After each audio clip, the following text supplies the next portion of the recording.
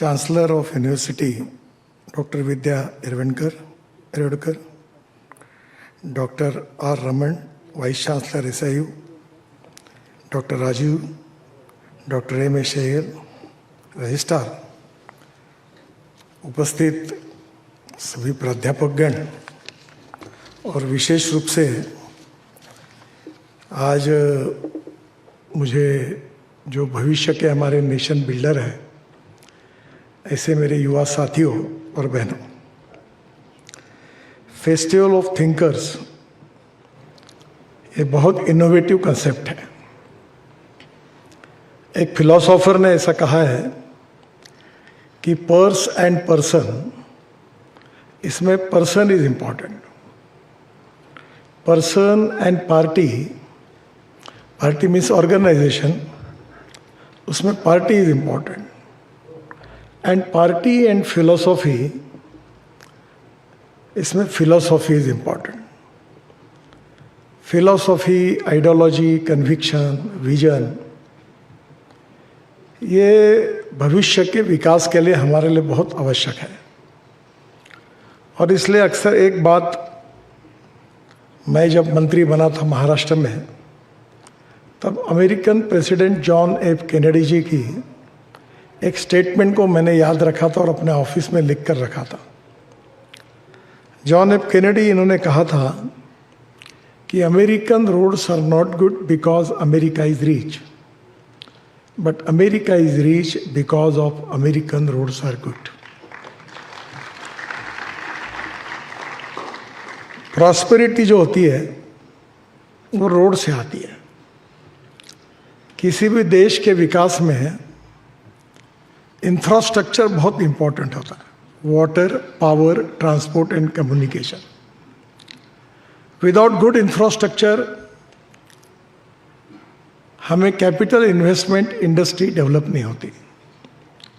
Without industry and capital investment we cannot create employment potential, and without employment potential we cannot eradicate the poverty. गरीबी, भूखमरी और बेरोजगारी दूर करनी है, प्रॉस्पेरिटी को अगर लाना है तो बेसिक बात है इंफ्रास्ट्रक्चर को डेवलप करना।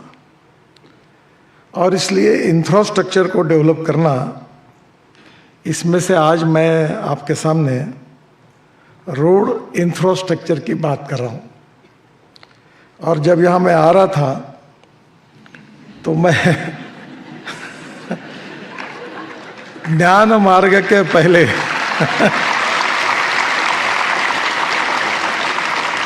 ज्ञान मार्ग की शुरुआत होने के पहले अज्ञान मार्ग पे आ रहा था। पिछले बार मैं जब आया था तो हेलीकॉप्टर से आया था। इस बार मुझे अनुभव मिला ज्ञान का भी और अज्ञान का भी। निश्चित रूप से इसका बहुत इंपॉर्टेंस है। आज ये इंफ्रास्ट्रक्चर डेवलपमेंट के लिए we need futuristic appropriate vision for development of our country. ये जो फ्यूचरिस्टिक विजन है, इसको आप जैसे लोग ही सोच कर बना सकते हैं। और ये जो विजन है ये बहुत इम्पोर्टेंट है। कभी कभी प्लानिंग करने में गलतियां हो जाती है। मैं जब 96-97 में मुंबई पुणे एक्सप्रेस हाईवे बनाने का मुझे सौभाग्य मिला, और तब मेरे सेक्रेटरी मुझे कह रहे थे कि 4 लेन का रोड बनना चाहिए। बहुत आग्रह करके मैंने उनको कहा कि कम से कम ये आगे चलकर हम ज़्यादा से ज़्यादा जगह एक्वायर करना चाहिए, ताकि कम से कम 8 लेन का तो भी हो जाएगा, 10 लेन तक पहुंच पाएंगे सर्विस रोड के साथ, क्योंकि ट्रैफिक बढ़ेगा तो मुश्किल होगी। पर बाद में मुझे लगा कि ये फॉरेन में जब मैं गया था तब मुझे लगा कि कम से कम ये 40 लेन का बनाना चाहिए। तो मैंने गलती की। पर अभी दिल्ली में एक रोड मैंने बनाया, वो 40 लेन का बनाया। आप दिल्ली से मेरठ की जब जाते हैं तो दिल्ली के शुरुआत से जो रोड निकलता है अक्षरधाम मंदिर के पास है, वो 40 लेन का है, फिर भी ट्रैफिक जाम है। इसका मतलब फ्यूचर का सोचते समय अप्रोप्रिएट विजन फॉर डेवलपमेंट में हमको फ्यूचर के 25 से 50 साल तक दूर का सोचना होगा। ये जो विजन है ये बहुत इंपॉर्टेंट है। हमें टाइम बाउंड कोई ना कोई पैच वर्क करने से प्रॉब्लम सॉल्व नहीं होते हैं। हम आज की समस्याओं को कल के ऊपर केवल पोस्टपोन करते हैं, और इसलिए फ्यूचरिस्टिक डेवलपमेंट जो होगी वो 50 साल का सोचकर हमने करना चाहिए। और इसलिए ये मुझे लगता है कि आप सब लोगों के लिए ये बहुत इम्पॉर्टेंट बात है कि इसका प्लानिंग करते समय futuristic planning for road infrastructure हो, कोई भी हो, उसके लिए 50 साल का सोचकर योजनाएं बनानी चाहिए। ये केवल रोड और ब्रिजेस और टनल बनाने का काम नहीं है, इसका डायरेक्टली रिलेशन जो है वो इकोनॉमिक ग्रोथ से है। यानी अभी मैंने दिल्ली देहरादून हमने एक हाईवे बनाया, तो उससे 4 धाम के लिए 12,000 करोड़ का रोड बनाया, बद्रीनाथ, केदारनाथ, गंगोत्री, यमुनोत्री। केवल रोड बनाने से उत्तराखंड का जीडीपी बढ़ गया। आने वाले जो तीर्थाटन करने के लिए जो नेशनल इंटरनेशनल टूरिस्ट थे वो 3 गुना बढ़े। और टूरिज्म या ऐसा क्षेत्र है कि जिसमें 49% कैपिटल इन्वेस्टमेंट एम्प्लॉयमेंट पोटेंशियल को निर्माण करने के लिए खर्चा होता है। और इसलिए स्वाभाविक रूप से हम इकोनॉमिक ग्रोथ के लिए इंफ्रास्ट्रक्चर डेवलप कर रहे हैं। और ये आपको पता है कि हमारा देश, we are the fastest growing economy in the world, और अभी हम लोग 3rd लार्जेस्ट इकोनॉमी बनने का सपना हमारे प्रधानमंत्री जी ने हम सबको दिया है। और इसलिए अगर ये पूरा करना है तो वर्ल्ड स्टैंडर्ड का इंफ्रास्ट्रक्चर बनाना हमारी सबसे बड़ी आवश्यकता है। और इसलिए रोडवेज है, उसके साथ साथ वाटरवेज है, बहुत सी बातें जिसमें अलग अलग सेक्टर में, हवाई जहाज, एयरपोर्ट का सेक्टर, एविएशन का बहुत बढ़ रहा है। और मैं जब शिपिंग मंत्री था तो मैंने वाटरवेज का प्लानिंग किया था, वाराणसी से हल्दिया तक, और हल्दिया से बंगाल के सी से जाकर ब्रह्मपुत्रा में ड्रेजिंग करके मैं उस समय बांग्लादेश में घुसकर 250 किलोमीटर अंदर मैंने मुंगली पोर्ट तक ड्रेजिंग किया था।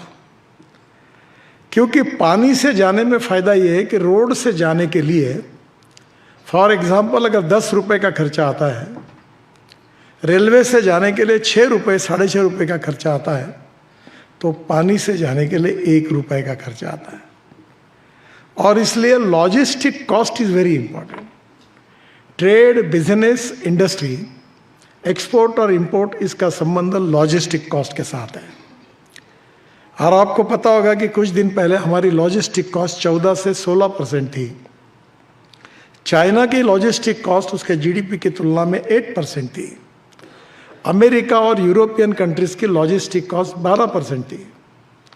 और अभी बीच में IIM बेंगलोर, IIT कानपुर और IIT शायद चेन्नई, तीनों ने अध्ययन किया और KPMG ने उसका एक रिपोर्ट प्रकाशित किया, मेरे हाथ से हुआ।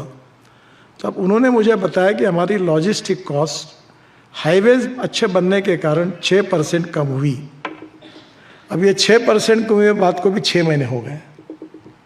मैं आपको आज विश्वास के साथ कह सकता हूं कि हमारी लॉजिस्टिक कॉस्ट सिंगल डिजिट यानी 9% से कम है। अब आप भी देखिए कि अगर हम लोग 16 से 9% अगर आए, 7% अगर कॉस्ट हमने कम की है, तो वर्ल्ड मार्केट में एक्सपोर्ट इंपोर्ट में हम कितने कॉम्पिटिटिव बने हैं, क्योंकि कंपटीशन है। और इसलिए लॉजिस्टिक कॉस्ट अगर कम करने के लिए हमको अच्छे रोड चाहिए, ट्रांसपोर्ट के अच्छे व्हीकल चाहिए, पोल्यूशन फ्री अच्छा फ्यूल चाहिए, क्योंकि ऑटोमोबाइल का भी जो इंडस्ट्री है उसका भी मेरे डिपार्टमेंट के साथ संबंध है। और इसलिए आज इलेक्ट्रिक आ गई, अल्टरनेटिव फ्यूल और बायो फ्यूल का ज़माना आ गया। हम 23 लाख करोड़ का फॉसिल फ्यूल इंपोर्ट करते हैं। तो हमारी पॉलिसी है कि import substitute cost effective, pollution free और इंडिजिनियस, और जिसके कारण इतनी तेज़ी से गति हो रही है कि मैं 1.5-2 साल पहले यहीं चाकंड में मर्सिडीज इलेक्ट्रिक गाड़ी को लॉन्च करने के लिए आया था, तो उनके वर्ल्ड चेयरमैन ने मुझे कहा कि हमने तय किया है कि हम इसके बाद मर्सिडीज केवल इलेक्ट्रिक पर ही बनाएंगे और इसका मैन्युफैक्चरिंग सेंटर इंडिया ही होगा। तो आप देखिए कि हमारी जो ऑटोमोबाइल इंडस्ट्री थी, जब मैं मंत्री बना तब उसका साइज 12 से 13 लाख करोड़ था और हम 7वें नंबर पे थे वर्ल्ड में। आज हमारा नंबर 3रा है। हमें 6-7 महीने पहले हमने जापान को सरप्लस करके हम 3rd नंबर पर है और हमारा size 22 lakh crore automobile industries का साइज है। अब ये क्यों बढ़ा? क्योंकि हमारे यहाँ टेक्नोलॉजी में रिसर्च इनोवेशन के कारण टेक्नोलॉजी में अपग्रेडेशन हुआ। आज अल्टरनेटिव फ्यूल और बायोफ्यूल में भी काफ़ी बड़ी प्रगति हुई। हमारी 2 wheeler Bajaj, TVS, hero, Honda, इनका 50% प्रोडक्शन एक्सपोर्ट होता है। हमारी कार कंपनियां मारुति, सुजुकी बहुत एक्सपोर्ट कर रही है और एक्सपोर्ट करने के कारण जो पूना के आसपास जितने ऑटोमोबाइल इंडस्ट्री के वेंडर्स हैं, यहाँ रोजगार क्यों निर्माण हुआ? क्योंकि ऑटोमोबाइल इंडस्ट्री यहाँ डेवलप हुई और उसके कारण यहाँ रोजगार निर्माण हुआ। इसलिए आज अमेरिका पहले नंबर पर है, उनका साइज है 79 lakh crore. China 2nd number पर है, उनका साइज है 49 लाख करोड़ और हिंदुस्तान है अब 23 लाख करोड़। और मेरा विश्वास है कि जिस प्रकार से ग्रोथ हो रही है, 5 साल के बाद हम हिंदुस्तान को वर्ल्ड में नंबर 1 पर ले जाने का हमारा प्रयास है। अब इसका कितना इम्पैक्ट है देखिए कि ये एक इंडस्ट्री ऐसी है कि जो सबसे ज़्यादा राज्य सरकार और भारत सरकार को जीएसटी के रूप में करीब सबसे ज़्यादा रेवेन्यू देती है। ये इंडस्ट्री है, इसका सबसे ज़्यादा एक्सपोर्ट है जो हमारी इकोनॉमी को मजबूत बनाता है। ये इंडस्ट्री है जिसने 4.5 करोड़ जॉब क्रिएट की है और इसलिए आने वाले समय में ये सब मल्टीप्लाई होता है और इसका बेसिक आवश्यकता है इंफ्रास्ट्रक्चर को अच्छा बनाना। और इसलिए इंफ्रास्ट्रक्चर अगर अच्छा बनता है तो हमारे ग्रोथ का वो फाउंडेशन है। और इसलिए 100 रुपये अगर हम इंफ्रास्ट्रक्चर में खर्चा करते हैं तो 323 रुपये उसके कारण जीडीपी में उसका इम्पैक्ट है। यानी 100 रुपीज़ की इन्वेस्टमेंट का 323 रुपये जीडीपी के लिए इम्पैक्ट है। इतना इसका इम्पोर्टेंस है और इसलिए अच्छा इंफ्रास्ट्रक्चर हमारी बहुत बड़ी आवश्यकता है। हमारे किसानों के लिए मार्केट मिलता है, फ्रूट्स, वेजिटेबल, दूध सब शहरों में आ सकता है। इसका कारण इंफ्रास्ट्रक्चर अच्छा चाहिए।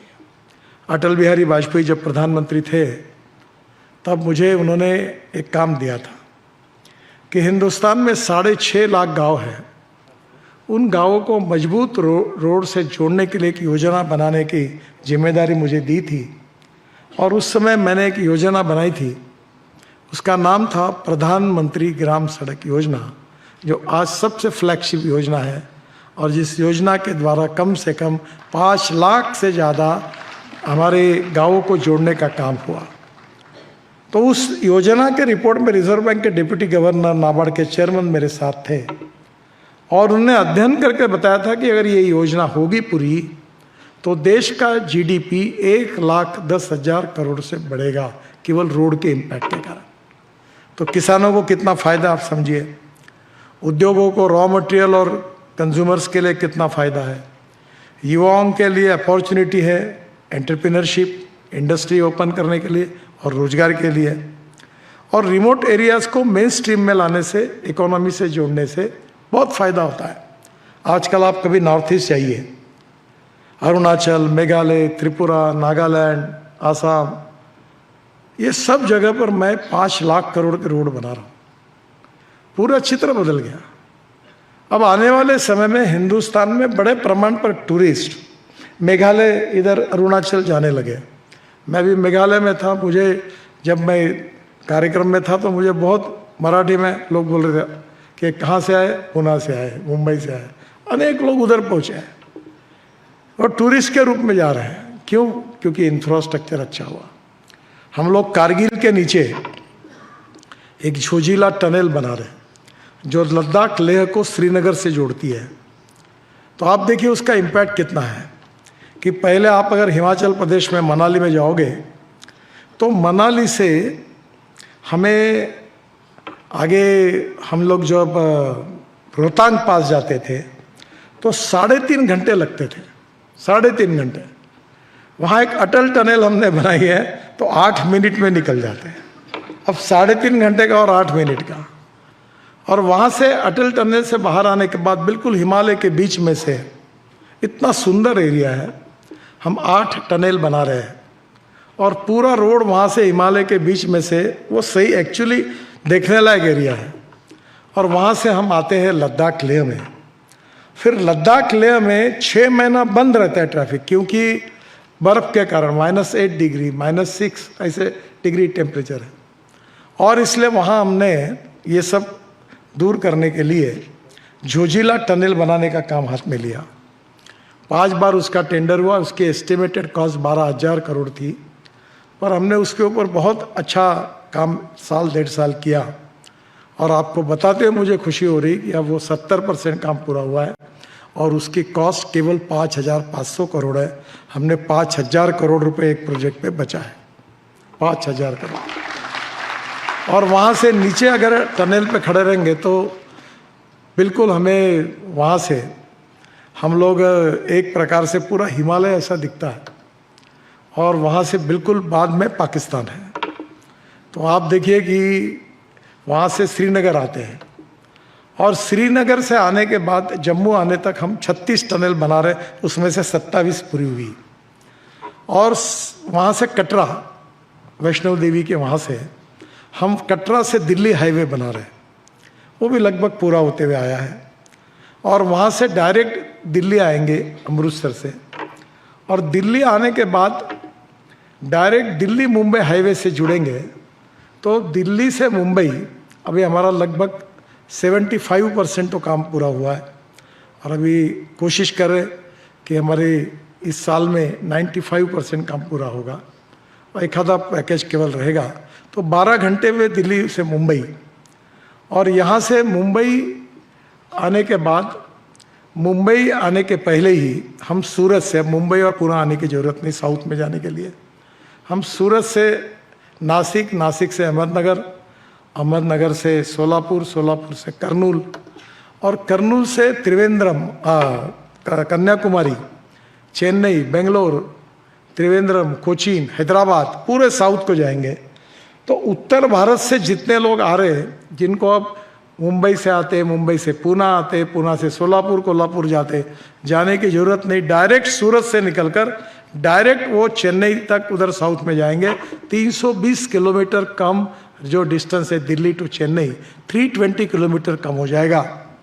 और हम बचपन में कहते थे कश्मीर से कन्याकुमारी तक, तो ये सपना पूरा होगा।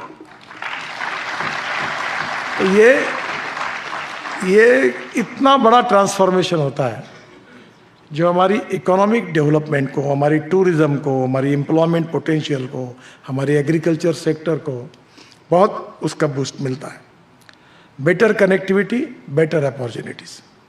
और इसलिए मैं ये मानता हूँ कि हाईवे, एक्सप्रेसवेज, ग्रीनफील्ड कॉरिडोर्स और टनल्स बहुत तेज़ी से हम विकसित करें। हम तो अब 3 लाख करोड़ के टनल बना रहे हैं और मुझे लगता है कि इसमें केवल डिस्टेंस और ट्रैवल टाइम कम नहीं होगा, तो ये हमारे प्रोग्रेस, विकास के लिए, आर्थिक विकास के लिए, लॉजिस्टिक कॉस्ट को कम करके, ट्रेड, बिजनेस, इंडस्ट्री को बढ़ाकर, एम्प्लॉयमेंट पोटेंशियल को बढ़ाकर देश को सुखी, समृद्ध, संपन्न बनाने का मार्ग है।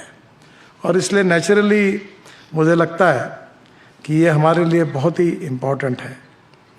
जो टूरिज़्म का सेक्टर है, एमएसएमई का सेक्टर है, सब जगह पर इंफ्रास्ट्रक्चर के कारण उसकी ग्रोथ में बहुत बड़ा फ़ायदा होता है।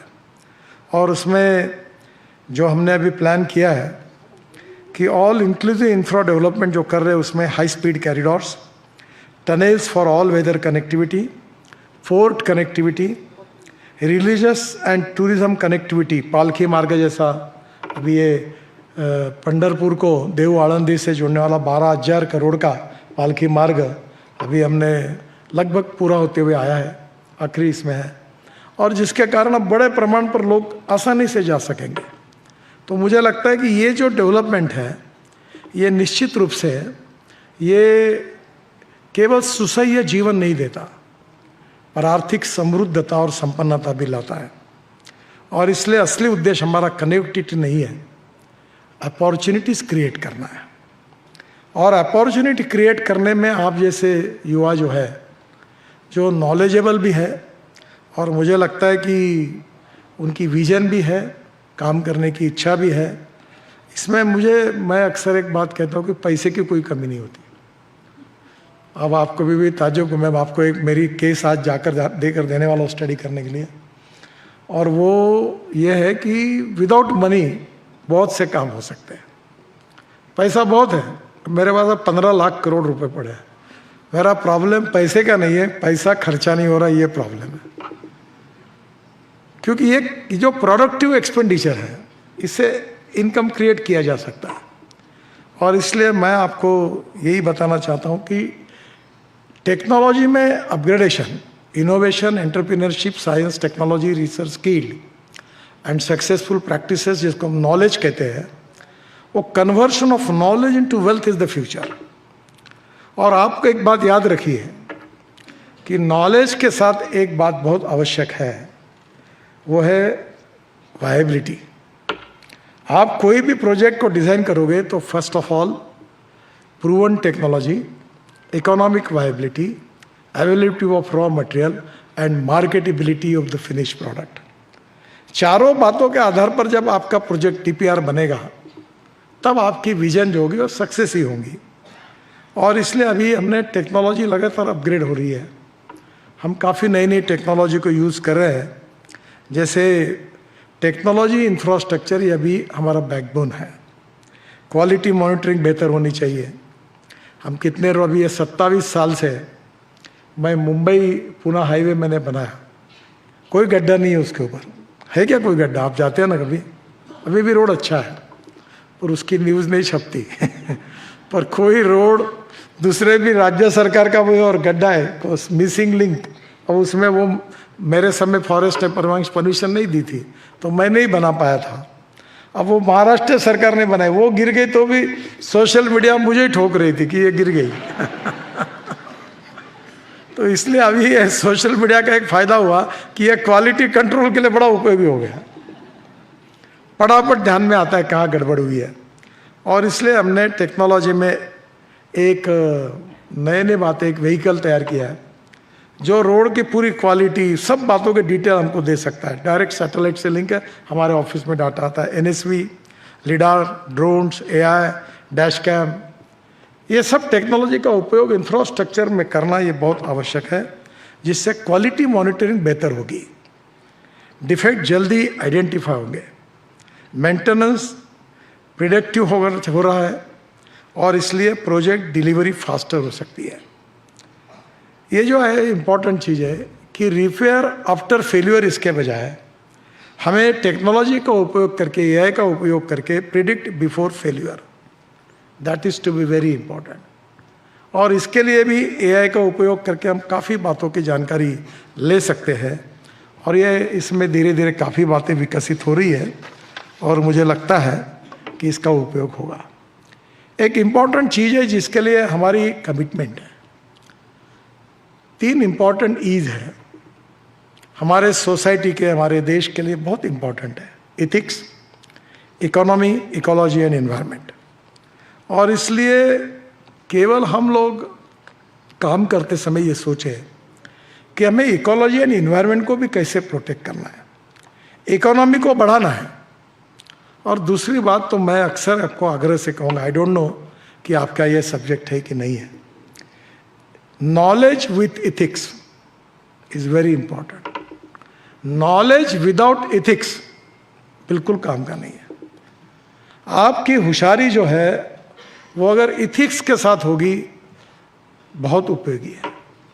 Credibility, goodwill, honesty, quality, these are the important thing, important capital of 21st century. Honesty, credibility, goodwill, quality, इसके साथ कॉम्प्रोमाइज नहीं करना, शॉर्टकट नहीं मारना। अगर आप शॉर्टकट मारोगे तो shortcut cut you short, long term टिक नहीं पाओगे। और इसलिए knowledge with ethics, values are very very important. शायद मैं गलती कर सकता हूं, पर मेरी बात मानिए, either it is politics, business, industry, anywhere, values are very important. Values are more important than knowledge. और इसलिए knowledge with ethics, knowledge with values is very very important. और अगर विदाउट वैल्यूज आप कितना भी नॉलेज आपको होगा और आपने शॉर्टकट मारा तो आप टिक नहीं पाओगे। और इसलिए मैं ये आपसे ज़रूर सुझाऊंगा कि आप ज़रूर इसका उपयोग करिए। जहाँ तक इकोलॉजी एंड एनवायरनमेंट को प्रोटेक्ट करने के लिए हमने बहुत सी बातें की है। फ्लैश का उपयोग करते हैं रोड में। अब मैंने तय किया मेरे विभाग ने कि 2027 समाप्त होने पे पहले ये जो लीगेसी है, सॉलिड वेस्ट कचरे पड़े हैं ना, दिल्ली में 4 माउंटेन बड़े बड़े बने हैं। अभी तक हमने 80 लाख टन कचरा रोड में डाल दिया। अब कचरे को सेग्रीगेट करके, अभी हमारे नागपुर में अभी ये सिम्बोसिस के सामने ही एक बहुत सक्सेसफुल प्रोजेक्ट अभी हुआ कि हम कचरे को सेग्रीगेट करके प्लास्टिक से क्रूड इंडस्ट्रियल ऑयल बना रहे हैं। बाद में जो ऑर्गेनिक वेस्ट है वो बायोडाइजेस्टर में डालकर अभी हम लोग 27 टन पर 29 ton per day bio CNG बना रहे हैं। अभी waste to wealth and knowledge to wealth. तो टेक्नोलॉजी अप्रोप्रिएट होगी तो निश्चित रूप से हमें इकोनॉमिक वाइबिलिटी मिलेगी। मैं तो ये बार बार कहता हूँ, मैं 7 साल पहले 8 साल पहले ये सिम्बोसिस के सामने ही हमने इनको जगह दी। वो कचरे वाली जगह थी पर वो प्राइम जगह बनी। 1 रुपये पे दी इनको, करीब 90 एकड़ जगह 1 रुपये लीज पर दी 30 साल के लिए। तो हमने ये जब बनाया तो बाकी जगह भी हमने खाली, अब कचरा स्टोर करने की ज़रूरत ही नहीं है। तो अभी वेस्ट टू वेल्थ में हमने ये जो दिल्ली की टेकड़ी है 80 लाख टन कचरा रोड में डाल दिया। बाम्बू के क्रैश बैरियर हमने 70 किलोमीटर बनाया बाम्बू से। बाम्बू ये वेरी अच्छा मटेरियल है। अभी इसके साथ साथ हमने रबर, प्लास्टिक रिसाइकल करके बिटुमेन में डाल के उसका उपयोग किया। प्रीकास्ट टेक्नोलॉजी, GFRP, जो ग्लास फाइबर का स्टील आ रहा है, उसको यूज़ करना चाहिए। क्योंकि जब एक किसी की मोनोपोली होती है वो रेट बढ़ाते हैं। हर चीज़ के ऑप्शंस होने चाहिए। अभी UHPFRC करके ultra high performance fibre reinforce concrete, ये मलेशिया में सक्सेसफुल हुआ। और वहाँ से आकर फिर मैंने कहा कि नहीं, हम यहाँ के मुंबई IIT के रवि सिन्हा करके इंचार्ज थे सिविल इंजीनियर के, मैंने एक टीम भेजी, L&T के वेंकट रमन, सबको भेजा। और वो टेक्नोलॉजी सिंगापुर में भी आई, फिर हमने इंडिया में लाई। वो सिंपल है कि जैसे हॉल बना है तो आप पिलर बनाते हैं, ये 2 पिलर है। तो ब्रिज बनाते समय, बिल्डिंग बनाते समय 2 पिलर का डिस्टेंस मैक्सिमम हिंदुस्तान में 30 मीटर था। तो उन्होंने क्या किया कि ये डिस्टेंस 120 मीटर गया। और 120 मीटर करने के कारण कॉस्ट एकदम 30% कम हो गई। और इसका कारण ऊपर का जो बीम कास्ट किया वो स्टील फाइबर में कास्ट किया। अब स्टील फाइबर में कास्ट किया है, तब जो पूना में अभी हम लोग फ्लाईओवर बना रहे हैं कि नीचे में रोड, ऊपर में फ्लाईओवर, उसके ऊपर में फ्लाईओवर, उसके ऊपर में मेट्रो, एक ही पिलर पर ये टेक्नोलॉजी का उपयोग कर रहे हैं। और इसलिए कॉस्ट सेविंग भी है उसमें। तो आने वाले समय में इनोवेशन एंड टेक्नोलॉजी ये बहुत इम्पॉर्टेंट है। और टेक्नोलॉजी डेवलपमेंट विदाउट रिसर्च नहीं होगी, और इसलिए वो भी उतना ही इम्पॉर्टेंट है। मैं आपको ये सब काफ़ी बातें तो है, पर एक पुणे की केस स्टडी करने के लिए देके जा रहा हूँ, और वो आप ज़रूर करिए। क्योंकि मैं पॉलिटिशियन हूँ और इसलिए पॉलिटिशियन की क्रेडिबिलिटी थोड़ी कम होती है। तो जब मैं कहूँगा, आपने अभी शायद 10,000 करोड़ कहा, हाँ 7,000, मैं पूना में 60,000, 7 नहीं 60,000 करोड़ के काम 2 साल में शुरू कर दूंगा। 1 साल में ही हो जाएंगे 60,000 करोड़। अब आप बताओगे 60,000 करोड़ है, मेरे जेब में 1 रुपया नहीं है। This is to be a innovative model जिसका आप स्टडी करिए। मैं प्रकल्प का नाम बताता हूँ। पहले 4 प्रकल्प है। 31,600 करोड़ के। एक पुणे से शिरूर, मुझे बताने की जरूरत नहीं, पूना में आना रोड पे ऐसा लगता नहीं आना चाहिए। पूना में इतना एयर पोल्यूशन, इतना ट्रैफिक जाम, अब जो आते हैं वो पूना में आते हैं। अब कितने लोग आएंगे यहाँ? तो नेचुरली पूरा वो हाउसफुल शो हो गया। ये हॉल की कैपेसिटी तो है ना, सबको आने दो, विश्व हमारा घर है, वसुदेव कुटुंबकम, पर हॉल की कैपेसिटी कितनी है देखना पड़ेगा ना। तो अभी ये जो प्रो है पुणे शिरूर 53.40 करोड़, जैसे मैं बोल रहा हूँ ऐसा ब्रिज बना रहे सिंगल पियर पर 7,515 करोड़। हड़पसर से यावत 31.65 किलोमीटर 5,265 करोड़। फिर तड़ेगांव चाकंड शिक्रापुर ये 53.20 किलोमीटर, ये 4,000 करोड़। इसका भूमि पूजन हो गए, काम शुरू हो गए। फिर एक दूसरा जो है, मैं पूना से औरंगाबाद एक्सप्रेस हाईवे बना रहा हूँ शिरूर के आगे, और मेरा सपना है कि पूना से 2 घंटे में औरंगाबाद जाएंगे। तो अब वो काम करने के लिए जो एग्जिस्टिंग रोड है उसको भी 6 लेन बना रहे हैं, और औरंगाबाद तक 2 घंटे में पहुंच जाएंगे आप, और वहाँ से नागपुर 2.5 घंटे में। तो हवाई जहाज़ की ज़रूरत नहीं। ये शिरूर से संभाजी नगर 192 किलोमीटर, ये 15,000 करोड़। और इसके अलावा कल हमने एक निविदा फाइनल की है, वो खेड़ से नासिक फाटा 30 किलोमीटर, वो भी एलिवेटेड रोड है, ये भी 8,000 करोड़ का है। और इसके साथ ये जो वेस्टर्ली बाईपास है, ये मैंने ही बनाया था जब मैं महाराष्ट्र में मंत्री था। ये जो कौन सा अपना चौक है, अपना जो चांदनी चौक, ये पूरे रोड जो है वो मेरी गलती है, आप जो भुगत रहे हो। मुझे पता ही नहीं कि इतने स्पीड से पूना बढ़ेगा। तो पूना मुंबई पूना हाईवे बनाने के बाद, यहाँ पलटने के बाद इस रोड का भी काम हमने किया, और पूना के जोनल रोड बनाए थे, पर वो इतना ट्रैफिक हो गया। तो ये जो रावेत से नरे एलिवेटेड कॉरिडोर 32 किलोमीटर 6,000 करोड़। फिर पुणे से सातारा, इसका काम अभी 1 महीने भर में शुरू हो जाएगा। ये अब इस पे 6,000 करोड़, ये काम तो पहला 1,000 करोड़ का रिपेयर का, बाद में 6,000 करोड़ का इसमें रिपेयर होगा। और कोल्हापुर तक रोड अभी, कोल्हापुर सातारा कोल्हापुर ज़रा अड़चन में है। फिर जो नया पुणे से सोलापुर 4 लेन टू 6 लेन 8,000 करोड़। और फिर है एक नया एक्सप्रेस हाईवे में बना रहा हूँ। ये जो अटल पुल से उतरने के बाद अब JNPT के तरफ 3-4 किलोमीटर जाने के बाद वहाँ से ये अटल सेतु से पागोटे चौक, यहाँ का पहला अब टेंडर निकल गया। तो नया मुंबई पुणे एक्सप्रेस हाईवे जो पैरेलल, इधर ये जो पुराना हाईवे है जो मुझे बनाने का सौभाग्य मिला, वो भी फुल हो गया है। तो अब नए हाईवे से आप आएंगे, उसके पहला पैकेज का भी काम शुरू हो जाएगा। अटल रोड से पागोटे चौक, और वहाँ से पुणे रिंग रोड तक आएगा। और फिर पुणे से बंगलोर आगे बनाकर मुंबई से बंगलोर 5 घंटे में पहुँचना है। तो ये रोड बहुत इम्पोर्टेंट है। और दूसरा शीड़ फाटा से, ये शीड़ फाटा कौन सा है मालूम है? ठाणे में। वहाँ से पनवेल, और पनवेल से पुराना मुंबई पुणे हाईवे जो है उससे लेकर हम लोग चिंचवड़ तक पूरा इसको अच्छा बनाएंगे। और 2-4 दिन पहले मैंने उनको इंस्ट्रक्शन दी कि कर्जत के बाद एक नया road direct Pune Ahmednagar road को, एक्सप्रेस हाईवे को और एग्जिस्टिंग रोड को जोड़कर डायरेक्ट ठाणे से औरंगाबाद जाएगा, पुणे आने की ज़रूरत नहीं। तो पुणे का ट्रैफिक कम हो जाएगा। एक तो साउथ का ट्रैफिक बंगलोर का वो कम हो जाएगा, सोलापुर कोल्हापुर का। फिर वहाँ से नासिक जाने वाला उधर बाहर के बाहर चला जाएगा, तो वो कम हो जाएगा। तो पुणे काफ़ी डिकंजेस्ट होगा। और यही प्रोजेक्ट की कीमत जो है ये करीब 60,000 करोड़ से ज़्यादा है। और ये 1 आध साल में 1.5 साल में सब प्रोजेक्ट चालू हो जाएंगे। अब आपको मैं बताता हूँ कि मैं कैसे कर रहा हूँ। इसमें जो पहले 3 प्रोजेक्ट है, इसमें लैंड एक्विजिशन कॉस्ट भी सरकार ने नहीं दी।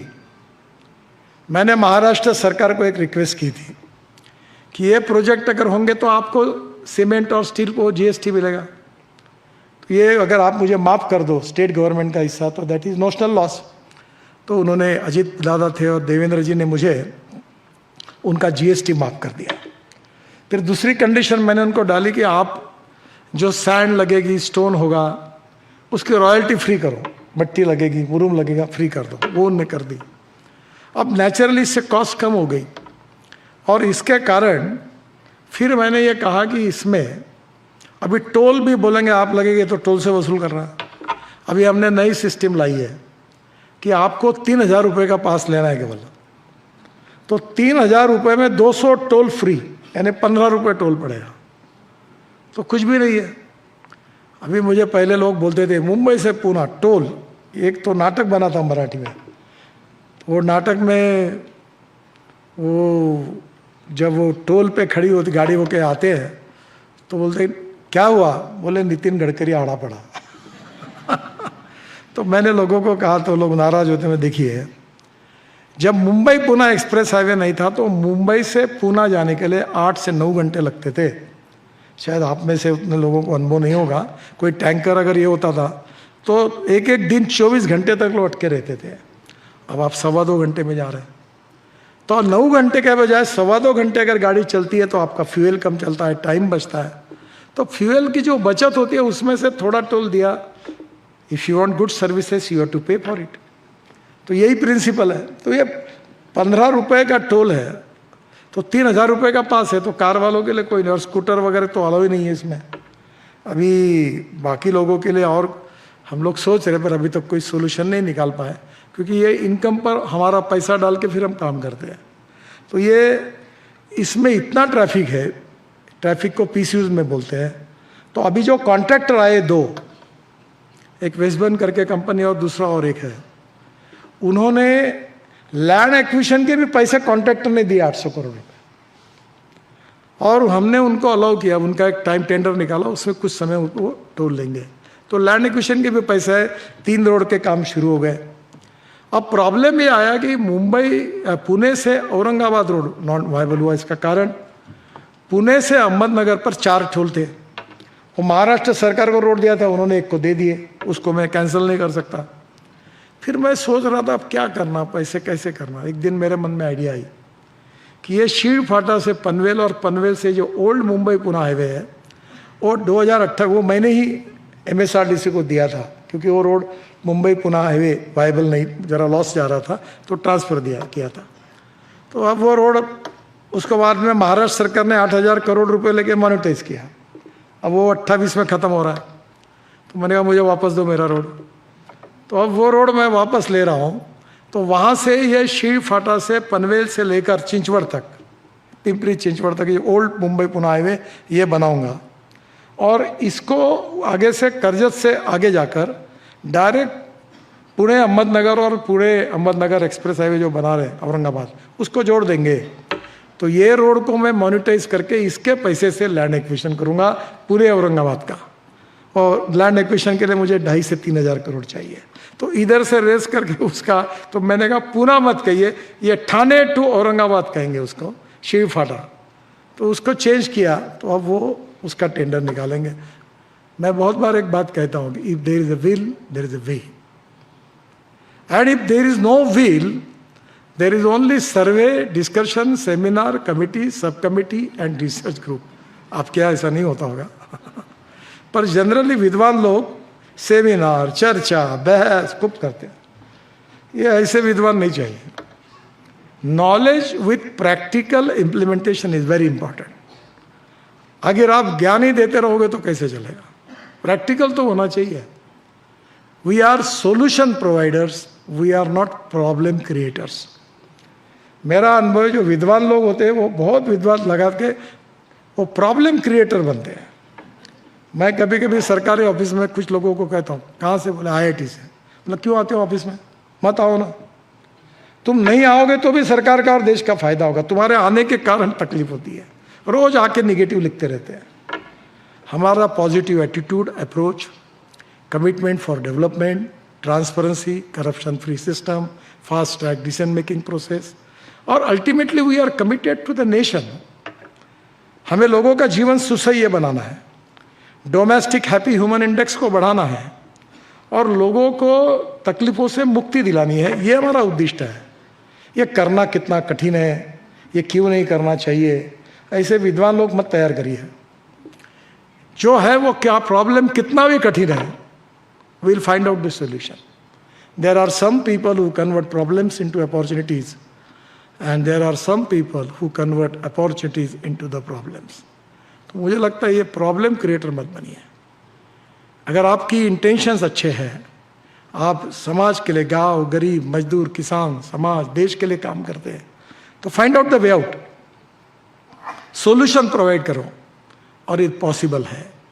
और इसलिए जैसे मैंने आपको कहा कि ये केवल 60,000 करोड़ के काम विदाउट स्पेंडिंग गवर्नमेंट मनी, ये पूना के आजू बाजू के मैं कर रहा हूं। ऐसे अगर करना है तो कचरे पे, ये जो सॉलिड वेस्ट और लिक्विड वेस्ट है ना, इसमें 5 लाख करोड़ की इकोनॉमी बन सकती है। हमने हमारा टॉयलेट का पानी नागपुर में 8 साल से बेचा है, 300 करोड़ मिलते हैं साल के, 300 करोड़ टॉयलेट का पानी बेचकर। टेक्नोलॉजी अगर ठीक है, इरादा अगर साफ है, विजन अगर परफेक्ट है, टेक्नोलॉजी अप्रोप्रिएट है, the sky is the limit, you can make miracles. और मैं ये मानता हूँ कि इंफ्रास्ट्रक्चर में गवर्नमेंट बजट के साथ पब्लिक प्राइवेट इन्वेस्टमेंट को जोड़ना चाहिए।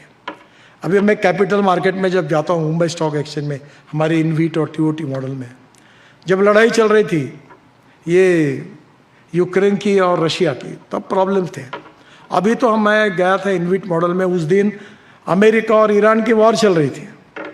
तो मेरे फाइनेंस मेंबर थे, इन्हें जाके मैंने कहा, आप डिप्टी गवर्नर रिजर्व बैंक के उनकी लेवल है, मतलब आपको समझ में नहीं आता, यही समय मिला आपको कि आप कैपिटल मार्केट में मेरे को बुला रहे हो, स्टॉक एक्सचेंज में, और ओपन कर रहे हो, तो बॉन्ड सब्सक्राइब कर रहे हो, कैसे होगा? और नहीं मिलेंगे तो बदनामी होगी।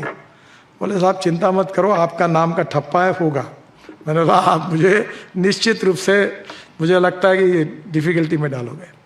मैं गया, मैंने बॉन्ड सब्सक्राइब की घोषणा की 9:30 बजे, 7 दिन का टाइम था, 7 घंटे में 7 टाइम्स ओवर सब्सक्राइब, बरसात आई, ऐसा पैसे की बरसात आई कि बंद करना पड़ा। अगर अच्छा काम करना चाहते हो तो देश में पैसे की कमी नहीं है, काम करने वालों की कमी है। लोग देने के लिए तैयार है। और उसमें मैंने अभी और आपको एक बात बताता हूँ, आपके यहाँ जितने लोग रिटायर्ड होंगे तो NHI के बॉन्ड्स में पैसे डालो, मैं 8.05 इंटरेस्ट ईयरली आपको दूंगा, और हर महीने में जो लोग हैं उनके अकाउंट में जमा करूंगा इंटरेस्ट। और जो इनविट पहला मैंने निकाला था 100 रुपये का जो था बॉन्ड, उसकी कीमत 140 हो गई, यानी आपको 18% रिटर्न मिला है, 18%। तो आप कोई भी बैंक में जाओगे तो आपको 4-6% से ऊपर थोड़े इंटरेस्ट मिलेगा। ऊपर देश का विकास में तो मुझे बहुत बड़े बड़े कैनेडियन फंड, अमेरिका से, इधर से, स्विट्जरलैंड से सब लोग आते हैं, मैं चाय पानी सबका करता हूँ। बोला ठीक है, धन्यवाद, मैं आपको बताऊंगा। पर अब हिंदुस्तान का इंफ्रास्ट्रक्चर बनाने के लिए मैं छोटे लोगों के जेब से पैसे लेने वाला हूँ, कंपाउंडर, चपरासी, कांस्टेबल, और उसको कहूँगा तुम पैसे इन्वेस्ट करो, मैं तुमको 18% तक रिटर्न दूंगा, और तुम्हारे पैसे से रोड बनाऊंगा, रोड भी अच्छे बनेंगे, और गरीब को भी समृद्ध बनाने का काम करूंगा। तो मुझे लगता है कि कोई पैसे की कमी नहीं। हिंदुस्तान में ऐसा ही इंफ्रास्ट्रक्चर, एयरपोर्ट में भी देखो आप, कितने एयरपोर्ट अभी प्राइवेट बन रहे हैं, 22% ग्रोथ है। अभी टाटा ने हवाई जहाज बनाया, तो अभी तो उन्होंने डिफेंस के लिए बनाया, तो मैंने उनको कहा यही हवाई जहाज को वो जो लगा दो, सीटें लगा दो और चलाओ, और आगे एक फ्लोट लगा दो, MPBS सी प्लेन, मैं घुमाऊँ, उसमें उतराऊँ मुंबई के समुद्र में, जो पानी पे भी उतरता है, एयर स्ट्रिप पे भी उतरता है, जरूरत है उसकी। और वो प्लेन अगर आ जाएगा तो कोई भी तालाब में उतरेंगे, एयरपोर्ट की जरूरत नहीं। टेक्नोलॉजी बहुत बदल रही है, नॉलेज इज द पावर, और innovation, technology, research is the strength.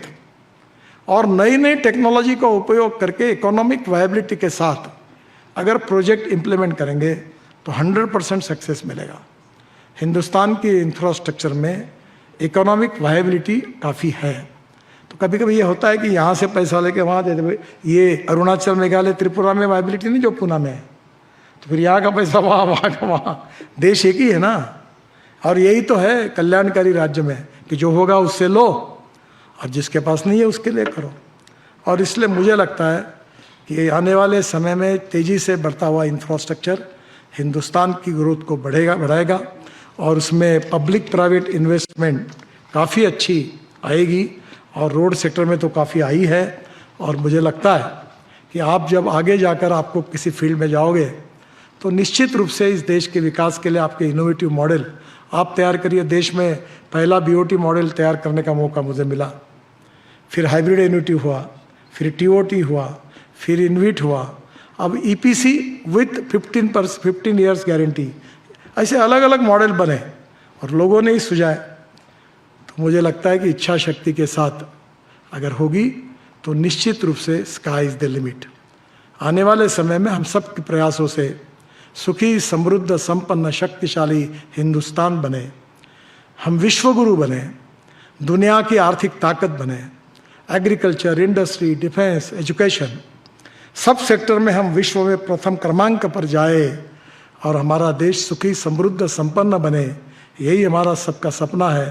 हमारी नॉलेज, टेक्नोलॉजी, विजन, इसका उपयोग करके हम राष्ट्र के निर्माण के लिए आप सब लोग जब भी आपका मौका मिलेगा तो जरूर इस उद्देश्य के लिए कार्य करें, यही आपसे रिक्वेस्ट करता हूं।